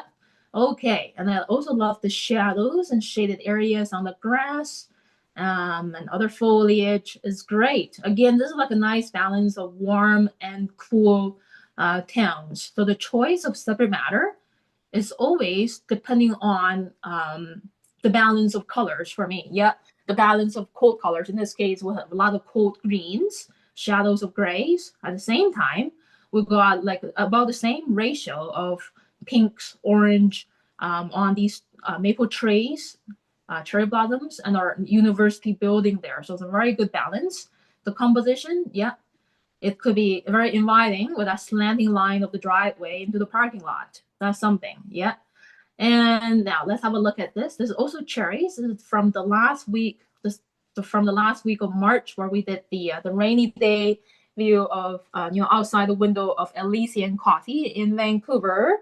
And I think you capture the atmosphere really well, the rainy day, by using these powerful grays, blues and violets. And you did, yeah, I think you did add these raindrops using colored pencils, nice and gentle. Yeah, and we can tell it's really, really raining out there. And yeah, for the coffee and that sandwich, well, no problem. We'll be practicing more painting coffee and pastry in the beginners class. Yeah, no problem. This is very good drawing. And the browns on the burger and the coffee could be a bit more saturated. Yeah, similar to our croissant. Yeah, to our croissant sketch that we did last Saturday. But no problem. Your drawing is really, really amazing. So most people can draw really well. They just need to maybe improve on maybe line quality and also the watercolor techniques. This is done by Mickey. Yeah, I love the way that you're framing it. Kind of like, this is very much like a view outside the window. Yeah, it could be. That's a great, really nice decision here. Kind of like a view outside the window. And I love how vibrant, how clean your like your colors are. You're probably using high quality watercolors. Probably like Daniel Smith or like Winsor Newton. So Mickey, maybe you can type the name of your watercolor palette in the chat box. I think we're probably really curious about like the brand of paint you're using. I see it is pretty high quality. Yeah, very clean colors. And by the way, if you want to keep your colors really clean, every time you grab your yellow, orange, red, green, pretty much all colors, make sure there's no other dirty colors floating on top of that cake of color. Okay, so always make sure your color is clean before you use it. Always make sure your brush tip is clean of another color before you grab a different color. Okay, so always make sure your cakes are clean, your brush tip is clean before you move on to a different color to keep your painting really clean. Okay, so it's very successful for Mickey. Yeah, beautiful pinks and that glowing foggy maple tree area behind. Beautiful. Yeah, again, Mickey's been in this class for almost I would say 3 years, right? Yeah, almost 3 years. And now let's have a look at this. Let me just move this around. This is by Terry, done by Terry, a different format. Yeah, I like the way they're using the whole sheet of probably like A4 size paper, and they have like a bigger sky area, and it looks very relaxing. Yeah, this way. So you can compose any way you like. You don't have to follow exactly the same way as I do, and very successful. And for Terry, you can keep your cherry blossom just like this, nice and clean. Only if you want to, you could add maybe slight bit of heavier pink purples maybe on the bottom bit of these trees canopies. Okay, maybe. Or I think they look fine this way. A lot of fellow sketchers, they don't overpaint their cherry bottoms. Yeah, let's see. This is good. Only if you want to have like a slightly bit of pink pearlescent, a little bit happening, maybe not too much. Yeah, optional. Okay, this is beautiful. That's these fluffy cotton candy colors. And yeah, very successful for Terry. Yeah, I don't see any big issues to point out. This is done by Terry as well from the last week of March. And you did a very good job with these very appetizing colors of the sandwich, very saturated. And again, Terry has been in this class for like, I would say 2 years. She started with a beginner's class where we practiced a lot of coffee and pastry sketches. And Terry, you're doing a very, very good job with the sandwich and the coffee. Yep, very nice use of colors and layering. And the rainy day atmosphere is there. The tone on these houses are really strong compared to the sidewalk and the street. Okay, so when we're using watercolors, you probably want to keep your tones of the sky and the road and the street and the sidewalk most of the time like a muted color, a lighter tone compared to your main subject matters. I think this is a very good balance of color weight as well. Yeah, okay, nice color weight. The houses, they're solid things compared to sky. Sky doesn't need to be looking way too heavy. And same for the trees. They're nice and heavy. And let me check the other tree here. Yeah, I see shading happening. Yeah, instead of just silhouettes on the tree. Well done for Terry. And I think that's very much it. Oh, last one. I think the last one done by Trina. I don't know. I think someone we're sending photos. It's like a compressed version done by your email. Maybe you can share on Instagram and I can just do a screenshot. That'll be easier. And it's for the whole world to see as well. This is good. I can see the painting quality. Let me see. This is very well. I think you very boldly shaded the cherry bottoms, giving it more drama, right? The lighting condition of late afternoons. I love that. Like the boldness of shading these cherry trees with purple, violet tones. Shadows are loosely scattered around. A good balance. It's not overpainted. I see this part is so illuminated. Very hopeful color of yellow green. Same for these evergreen trees. The university building is beautiful, adding a sense of warmth to the sketch. Okay, and yeah, I don't see any major issues happening with all of these sketches. So well done, ladies. I'm very, very proud of you, and you should be very proud of yourself as well. Yeah, doing these amazing work. And okay, that'll be the end of the slideshow. And there's an end slideshow here. And stop sharing. Check the chat box over here. Yeah. Yeah, so Trina, feel free to post on Instagram and tag me. Yeah, of course. And Mickey is saying she's using Daniel Smith's paint. Yeah, of course. I'm currently using Daniel Smith's paint as well. I think I would say is the highest quality of watercolor paint right now in the world. It's quite pricey. Yeah, Daniel Smith is quite pricey, but it's really worth it. Okay, if you want to invest in higher quality paint, go for Daniel Smith. Not Winsor & Newton. I've tried Winsor & Newton, especially the Cotman series from Winsor & Newton. Doesn't work really well. No, not for me. I think I'm still gonna try Van Gogh, the Van Gogh brand watercolors, and as well as other brands out there in the future. But Daniel Smith, I've been trying sometimes over the past 12 years since I started sketching. It's amazing. Yeah. And Trina saying use Kurate. Kurate is also a good brand. Okay, also a good brand made in Japan, I think. Okay, but Daniel Smith, I would say, is the best. I've tried Kurate before. Yeah, it's good. And okay, that'll be it for today's live session. And we'll go back to gallery and say goodbye to everyone. Yeah, before next Thursday. All right, so take care, ladies. Enjoy your weekend. I'll see you again next Thursday. I'll see you on Saturday. Yeah. Bye.